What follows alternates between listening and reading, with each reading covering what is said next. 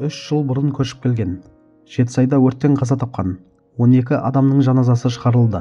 Түркістан облысы Алғабас ауылында орын алған қайғылы өрттің құрбандарын соңғы сапарға шығарып салу рәсімі өтті.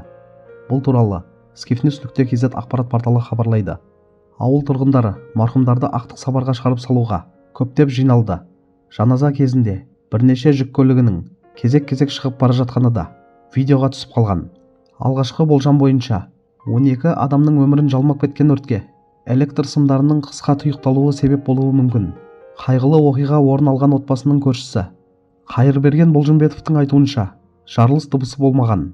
Маған электр сымдары тұйықталып, тоқтан шыққан болуы мүмкін деді. 12 адамның қаза тапқанын, тағы 3-інің ауруханада жатқанын естідім, дейді ол. Оның айтуынша, үй толықтай өртеніп, барлық мүлік күлге айналған.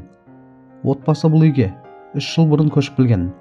Әкелері қайтыс болып, үлкен ұл 1994 жылы туған Дәурен өз жанұясымен осы жерде тұрған.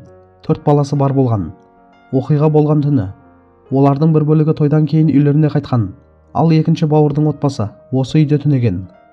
2 қабатты үйдің барлық терезелерінің темір тормен жабылуы тергеуде ерекше назар аударылатын жайт. Бұл фактор өрт кезінде адамдардың сыртқа шығуына кедергі келтірген-келтірмегенін мамандар анықтайтын болады. Көршілердің сөзінше, таңғы сағат 5 шамасында көмек сұраған айқай естілген. Алғабас ауылында болған қайғылы өрт туралы жаңалық бүкіл елдің қабырғасын қайыстырды. Бір отбасының бір сәтте 12 жақынынан айырылуы кез келген адамның жүрегіне ауыр соққы. Бұндай жағдайда пікір таластыру, біреуді кінәлау немесе асығыс тұжырым жасау ең соңғы нәрсе.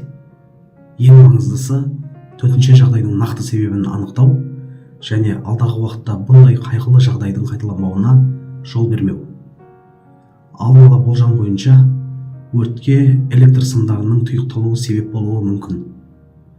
Осындай ақпарат тараған екен, бұл елдегі қауіпсіздік мәселелеріне тағы бір рет назар аудару қажеттігін көрсетеді.